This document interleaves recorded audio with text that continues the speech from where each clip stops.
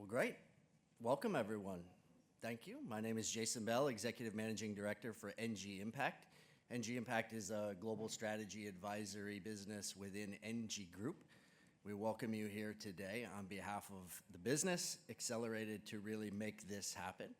So our panel today is focused a lot on, of course, the topics of funding, innovation, and implementation, which is exciting. We expect a big crowd. I think what we'll see today is really a panel that's engaged, leaders that are driving action inside their organizations, but also doing it at scale. And so we're really excited. So I personally thank you for the attendance. We expect it will be very engaged around the topic, but also the diverse experience. So please take advantage of that, embrace. These leaders are solving challenges and they're doing it at scale, complex stakeholders across their products. So great business topic for us and everyone to lean into. So I'll announce the panelists.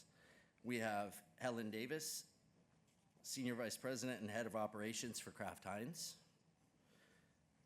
Subho Mukherjee, Vice President, Global Head of Sustainability, Nokia. And Melanie Chow Lee, Vice President, Mission and Sustainability within Danone North America. Last, for the moderator, of course, my colleague, Abby Davidson. We'll welcome them out.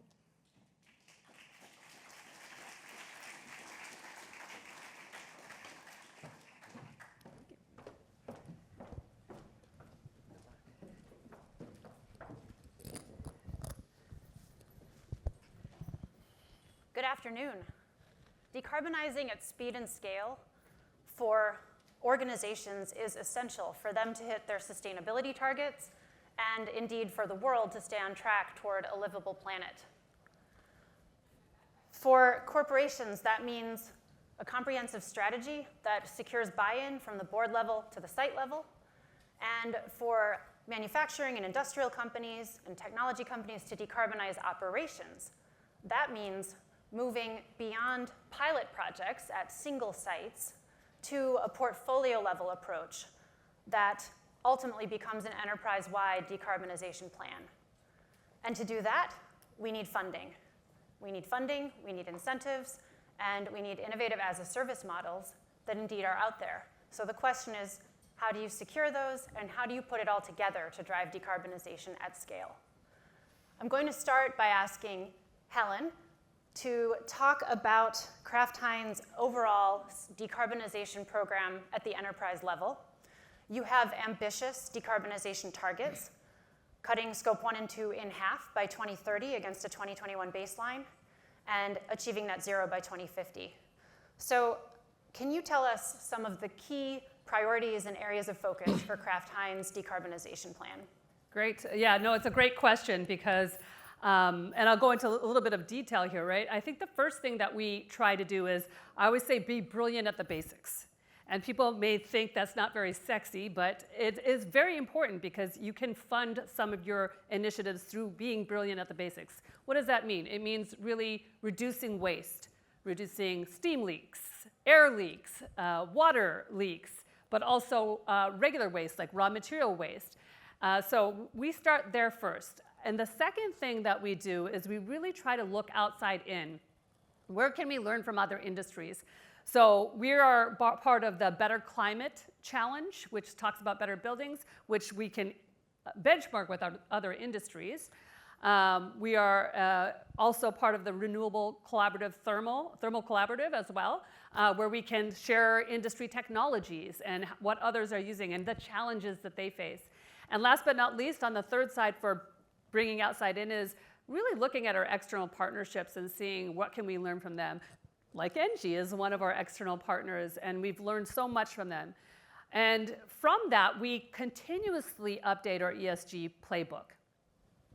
So we look at where can we reduce waste further, where can we reuse our energy, but also where we can bring in new technologies like electrification.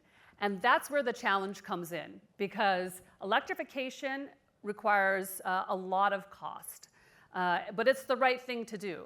So a lot of companies are looking for a return on investment, and in order to get a return on investment, you have to figure out other ways to save money in order to do these initiatives.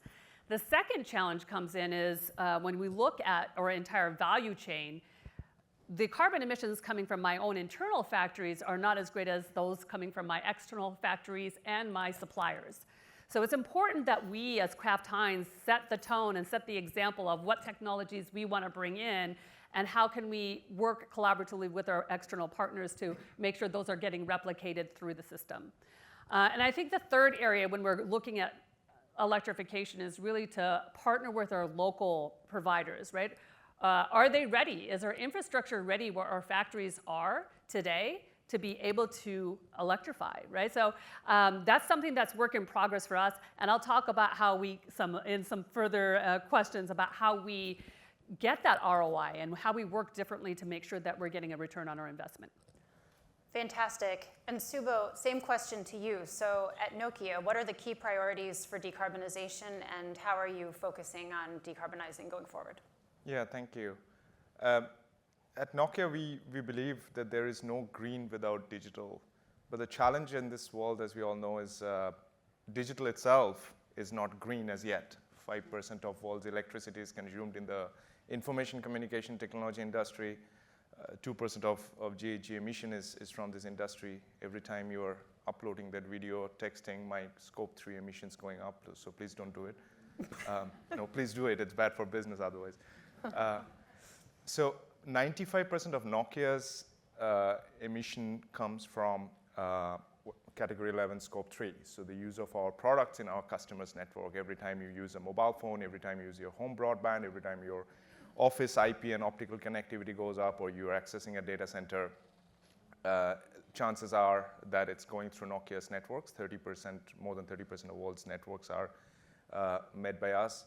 So it's a key thing for us to understand where these emissions are coming from and how do we actually optimize this within the customer's network.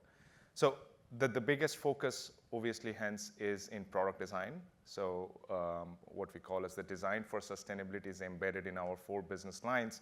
And we've been driving for years after years, how can you reduce energy consumption while data traffic goes up, right? The data traffic has gone up 1,000 times since the world first saw mobile phones. And of course, we can't afford to continuously increase the energy consumption. So, you know, the innovation in silicon, the innovation in hardware and networking technologies are primarily to drive the product energy consumption reduction. But that's not all, obviously. A lot of this is also to do with how our customers can innovatively transition to renewable as they power their telecommunication equipment. So we work with our customers around the world. Nokia has business in 125 countries. As you know, the level of grid decarbonization in all these countries are not uniform. So we work with innovative solutions where you can go off-grid, you can dynamically change between the different types of power solutions that you can get. So there's a lot about products. But to your point as well, there's a lot about supply chain. So the next big contributions of our decarbonization effort comes from our supply chain, including a lot of the manufacturing that happens outside our own factories with our EMS suppliers. And a little bit like you, Helen, we also believe that it's important that we show the way how our suppliers work, but we also work very collaboratively with all our, we call the final assembly suppliers as well as logistics suppliers. So focus on final assembly and logistics is the second biggest thing. And obviously, the third is about our own operations. We are part of RE100. We have our own target by end of next year to go 100% renewable.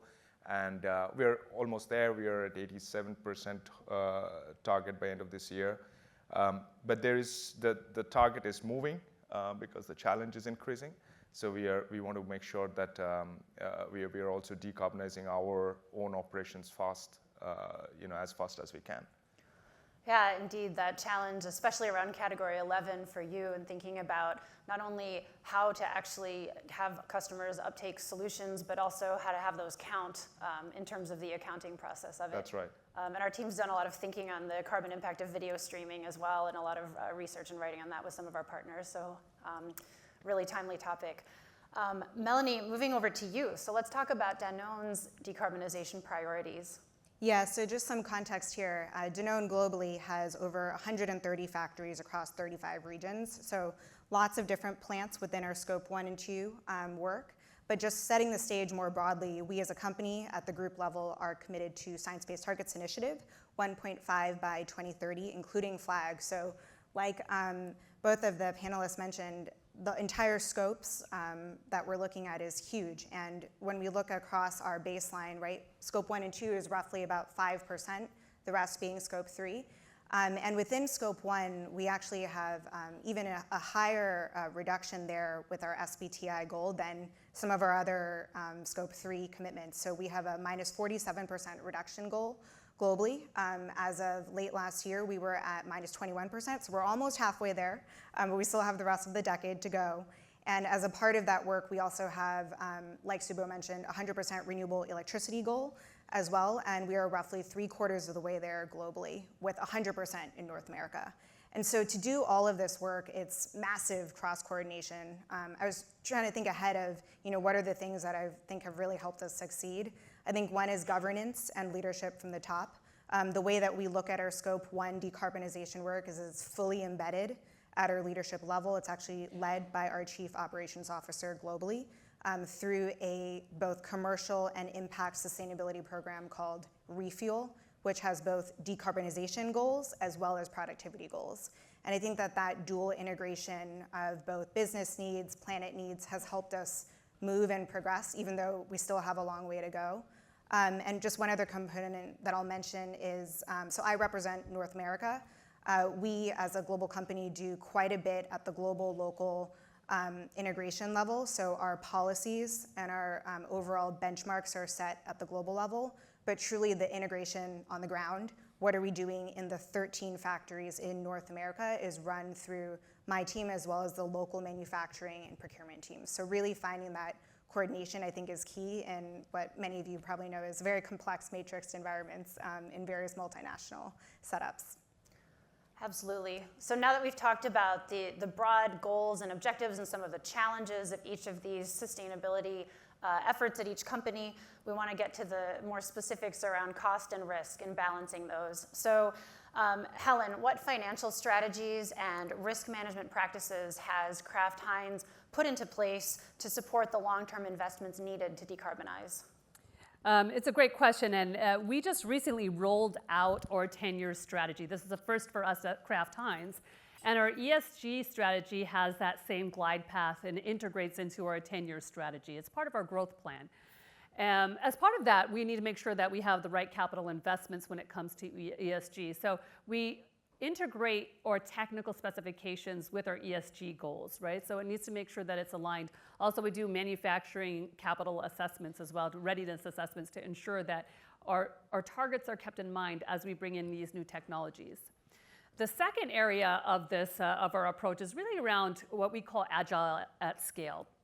We believe that this is one of our competitive edges overall, and this is a methodology that software companies use, right? They test, they learn, they fail fast, and they pivot. And all of our transformation initiatives kind of go through this agile at scale.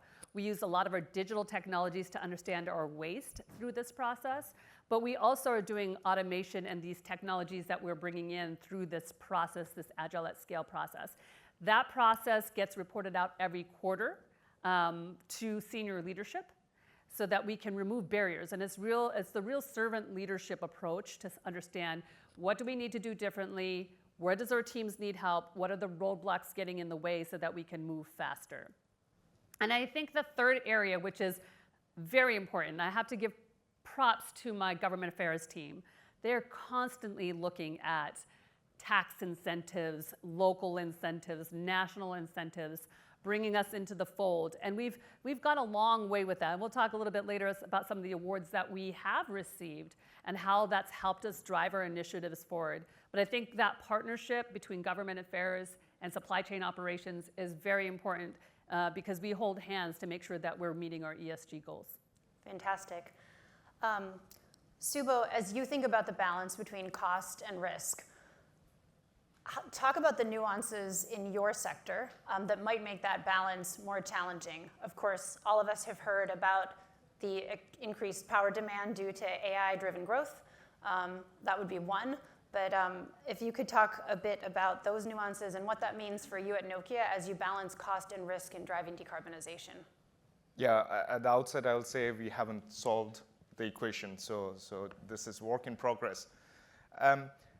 Yes, AI, yes, digitalization, all sorts of those things are challenges. But in my view, I think the challenge where we try to address is the challenge of bringing sustainability and capital allocation closer, and bringing corporate incentive structure and sustainability targets closer.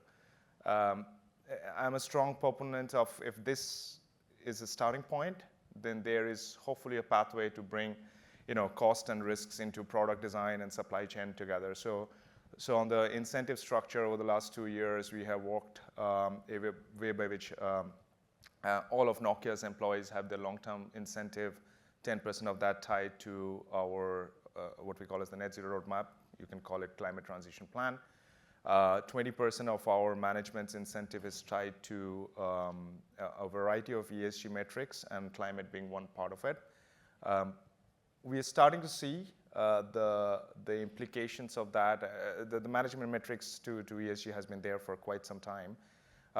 It has impact when I go and meet people in R&D and people in different parts of the world who are not from this room, who don't have ideas about what are we going to probably talk in New York Climate Week.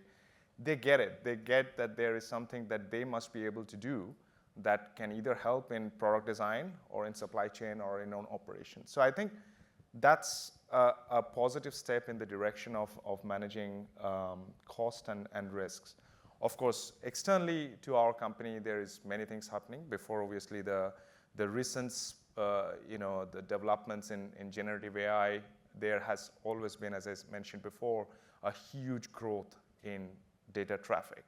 I think sometimes we underestimate how much the human generation has consumed in terms of information over the past 30 years. And there has been a way of addressing that.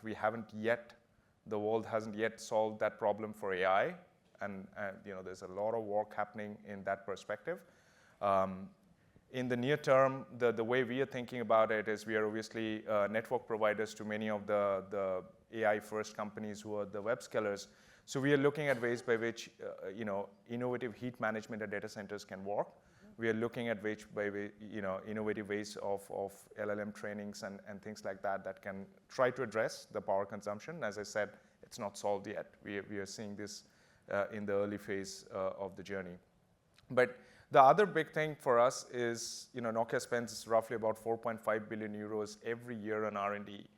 My focus has been how to bring much of that R&D investment to help drive climate change, address the issue of climate change. And much of that is in the product landscape, but increasingly we are seeing this in new material discovery in our manufacturing. How can I change chromium with something else? How can I quickly move from aluminum to recycled aluminum or even a different material? And here is where, to your earlier point, supply chain collaboration comes in.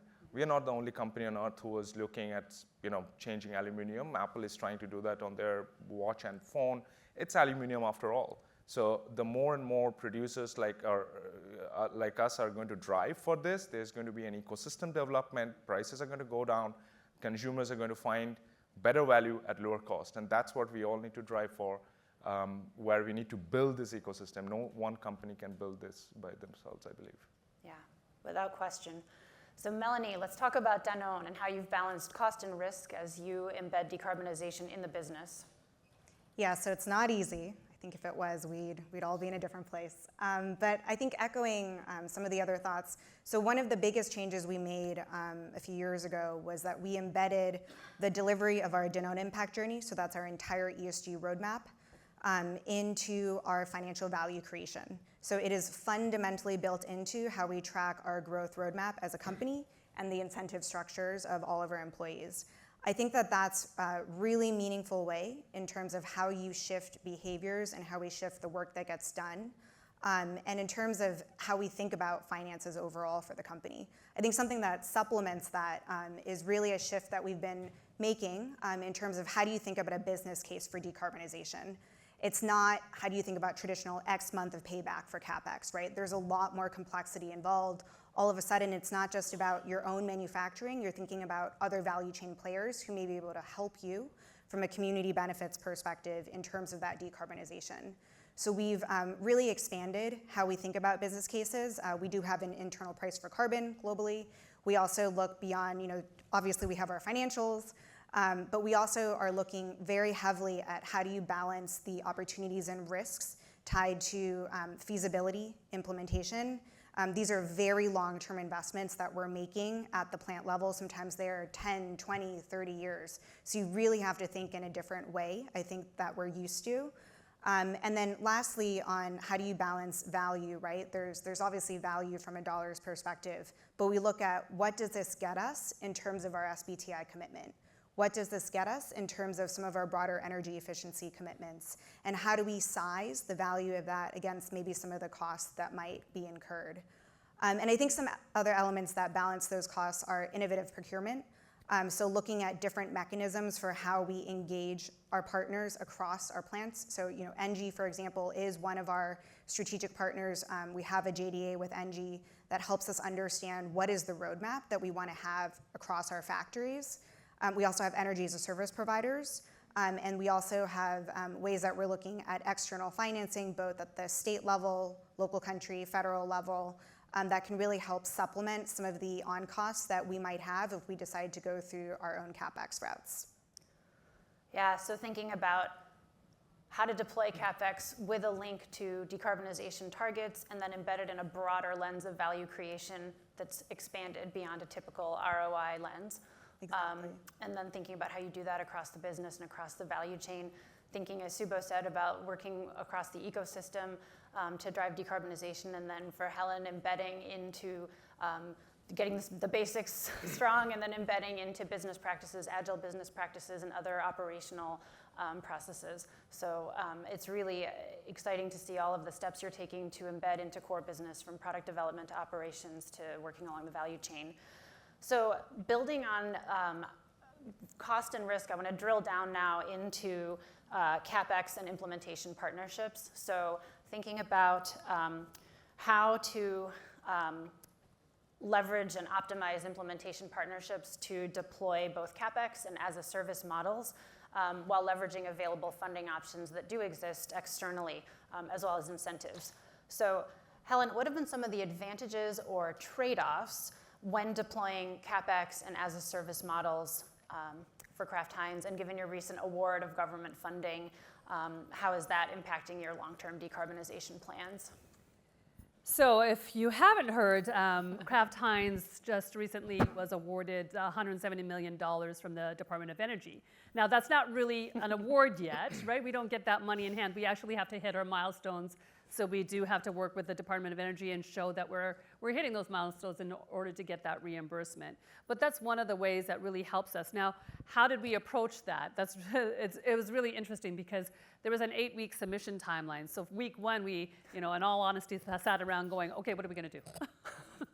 But thankfully, ENGIE came and helped us really assess. We knew we couldn't assess all 31 of our factories in North America, but we knew we could do at least 10 in the timeline and really do a bottoms-up analysis of what is necessary to meet our decarbonization goals, what kind of technologies are available. And these are technologies that we were coming up with that are not used in the US today. Now, I have some factories overseas that are using some of these technologies, but it's not widespread globally across the food and beverage industry. Things like heat pumps, electric boilers, photovoltaic cells, those type of things need to be assessed to understand what is the right type of technologies for that specific factory. So we were very definitive on what we wanted to do with these 10 factories, and not all the technologies were the same. Secondly, I think it's really important because we work with our local communities when we talk about what we're going to do with decarbonization, because we want to make sure that the grid is and the infrastructure around us is great, but also we're building jobs for people. And part of the challenge in doing these new technologies is that level of knowledge is not in our local communities. So we need to build it. So we have to have a training plan around how we're going to build those capabilities up. And then last but not least around all of this is really to make sure that we can try to offset these costs in some other way. So when it comes to the award, we will offset that with waste reduction in other areas. We will offset that with some automation as well. But as far as making sure, because we don't have enough resources today, right? So we need to make sure that we optimize our resources in our factory. And I would say the only other thing to this, the challenge on all of this is to make sure that we're replicating this to the rest of our value chain. So we've talked to our suppliers. They have a lot of the same technologies as well. And same with our external manufacturing partners. So we have about 100 different sites outside of our North America factories that we need to be aware of and replicate these examples to. So I think we're very excited about this opportunity. What it does to our journey, we always had this in our plan. It just accelerates it. So we get to do it in half the time now because of the funding that we've received. And it's a true honor that we have received the funding, and we want to make sure that we're setting the leading the example for the rest of our value chain. Fantastic. I have to ask Subo, so what strategic partnerships have enhanced your project execution, and is there an opportunity for the technology industry more broadly to capitalize on some of those partnership opportunities? Yeah, I can touch upon that, but what comes to my mind is I should probably get our government affairs officers to talk to you guys. We didn't get 170 million last week. I got to tell you, they're awesome. We have a great team as well. So we've been working. Slight digress. One of the ESG focus areas for us, of course, is about bridging digital divide. In the U.S., there's been a lot of focus on this under the BEAD program. So we did receive quite interesting funding mechanisms through BID recently, and then we started manufacturing operations and so on in the country. But I think there is a huge gap between where the capex and the fundings are available and how technologies can be scaled. Mm-hmm. We're not there yet. There is, of course, a lot of private capital existing where the fundings are going into lot of climate tech startups. Some of that, depending upon how the industry unravels, we will figure out in terms of what is sustainable in terms of that investment. I read some statistics that there are more carbon capture startups than buyers, which is not a sustainable state of any industry. So we need to sort out the capital where it needs to go versus where things can need to be accelerated in the next 3 years. But there is a lot of capital that is already existing in different form and shape. One of the examples, I'll draw an example from Europe. In Europe, there is a huge public, private, and university collaboration initiative about next generation research. So in this case, not manufacturing, but next generation research in technology about sustainable 6G, about sustainable next version of 5G technologies. And this has been running for several years now. Nokia has been leading that program called HexaX. It's really taking hold in terms of involving all ecosystem players from governments to universities and driving that to actual implementation on ground. There are various examples of those things, but where we really think there is a huge opportunity is to channelize existing capex into, and that may or may not be just, for example, in our company. It can be jointly with our customers, as well as with our suppliers, to something which is, productive in the next 3 years, is going to generate business value, and is going to drive the agenda forward. Nokia has this thing called, in 3 of our regions, we have something called ESG Customer Councils. These are, we have one for Asia, one for Middle East Africa, one for Europe, where we sit together with our key customers at very regular frequency, and we come up with the top 5 challenges that we need to address in next quarter. And many a times that includes joint capex commitment to drive an agenda forward. So we are seeing, this is rather new, about 12 months old. We are seeing positive outcome as of it. You also mentioned as a service. I want to touch upon that. Obviously, a big problem, I think, in this world is overconsumption. Pardon me for saying that, but maybe some of you will agree. In the electronics industry, it's the same. So we need to find a way by which we can reuse and smartly use circularity to our advantage. We are seeing many models emerging in our industry where as a service model for hardware and service and software that you can use, for which you don't necessarily need to have CapEx. And I believe that for the industry to be able to solve problems, you don't need the kind of 5G base stations that you need for Manhattan that you would need for somewhere, in a rural site in Midwest. So there must be better ways by which we can reuse, and that will help in both material consumption as well as CapEx optimization, as well as obviously driving the climate change agenda forward. Interesting framing, and also interesting to think about the work you're doing with CapEx along the value chain and collaborating with suppliers and customers as well. So Melanie, talking about Danone's approach using CapEx deployment as well as the service models and other partnerships to accelerate decarbonization. Yeah, so I think for us, it's really a portfolio approach. I mean, sounds kind of trite, but I really don't think it's one size fits all. When we look at what we want to do within a specific plant, I think there's a lot of things you have to assess. You have to figure out what does the plant produce and what does it need fundamentally from an energy perspective to grow, and how do you find the right renewable solution for that need. I think we look at what is the surrounding community and how can we engage better, and how can you really support the growth of that community alongside the growth of our plant. And then with that as well, you have to really think about what are the service options, right? Is it something that we want to build ourselves? Should we hire a service provider? What service providers are available in that area? So something that might work in Europe may not work, right, in the Midwest, for example, in the US. And that's where a lot of our deployment teams come into play to really understand what are the local needs. And just to share some examples of the different types of partnerships we've had, both globally and locally, I think we really look at how do we create a circular economy in the communities that we're in. So for example, in Indonesia, we installed a biomass boiler, and what we actually use for the inputs for that boiler are the waste, the rice husks from the agricultural community around the plant. And so something that would actually go to waste would have to be shipped off to who knows where, is actually used as an input for the biomass boiler. It's then used as energy into our plant in Indonesia. It's been a way to reduce our carbon footprint there by almost 1/3. And then actually the waste from the biomass boiler, it produces an ash that is then used again circularly for the agricultural economy. So those are things that we're trying to do as we look at energy as a service, right? Embedding different ways we can engage the community. Similar example from a circularity standpoint with one of our specialized nutrition, so this is medical nutrition, infant nutrition plants in France, is that we were using waste from the local community agricultural inputs as well.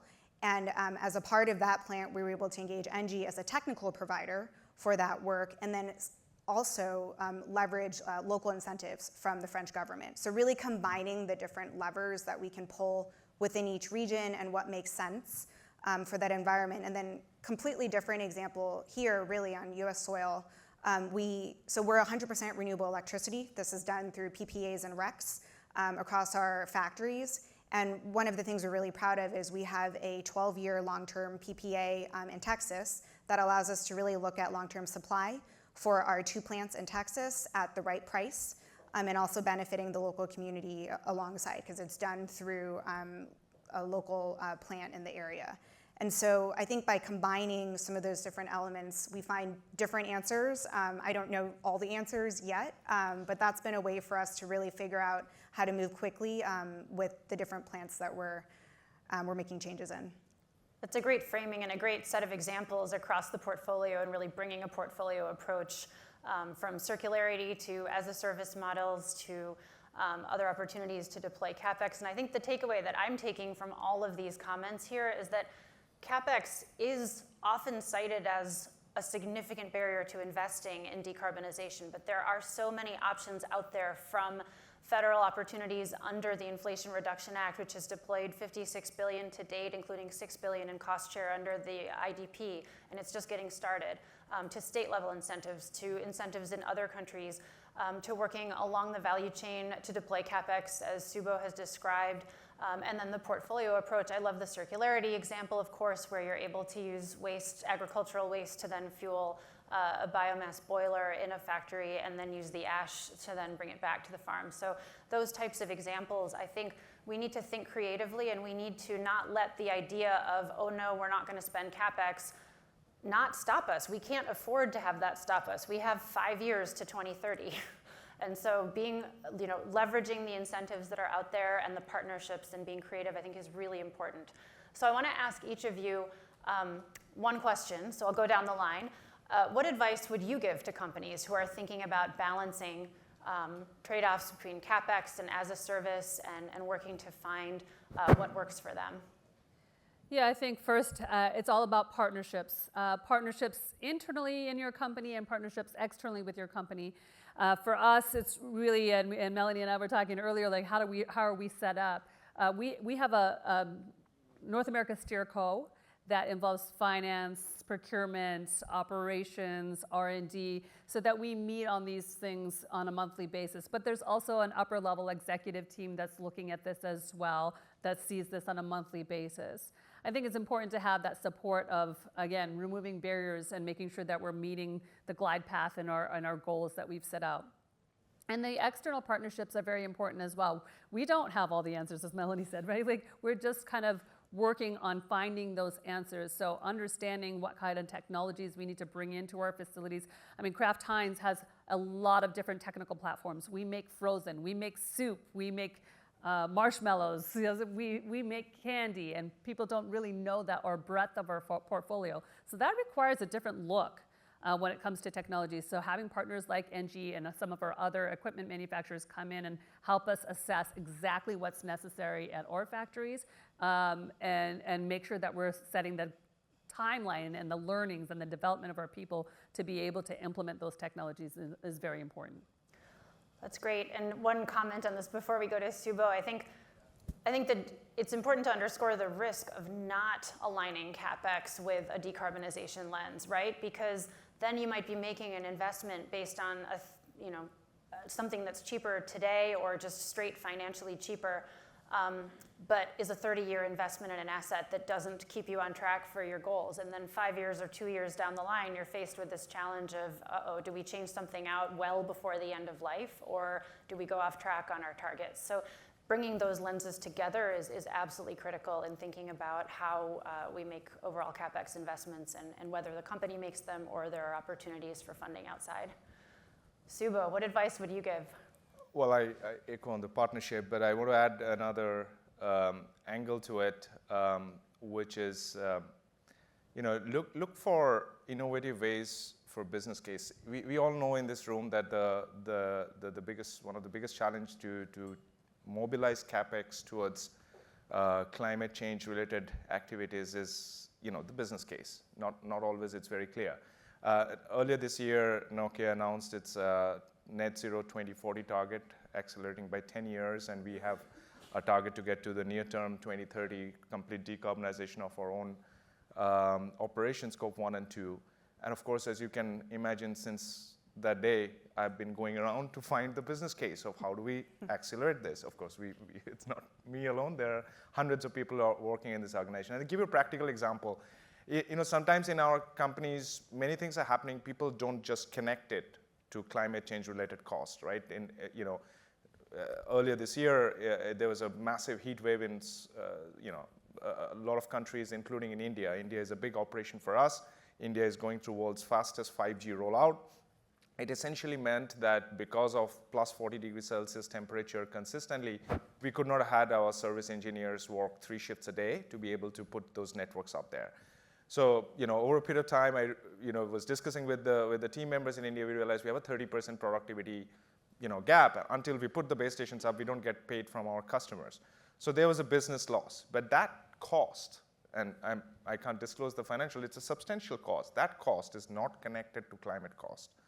This is something that I just realized, wow, it's a substantial cost that we need to find a way by which we can bring back and plan for our operations. And that is a clear business case of what we need to do differently in India and many other countries to be able to roll out networks faster.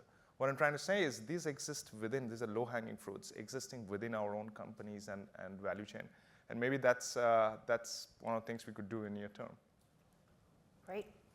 And Melanie.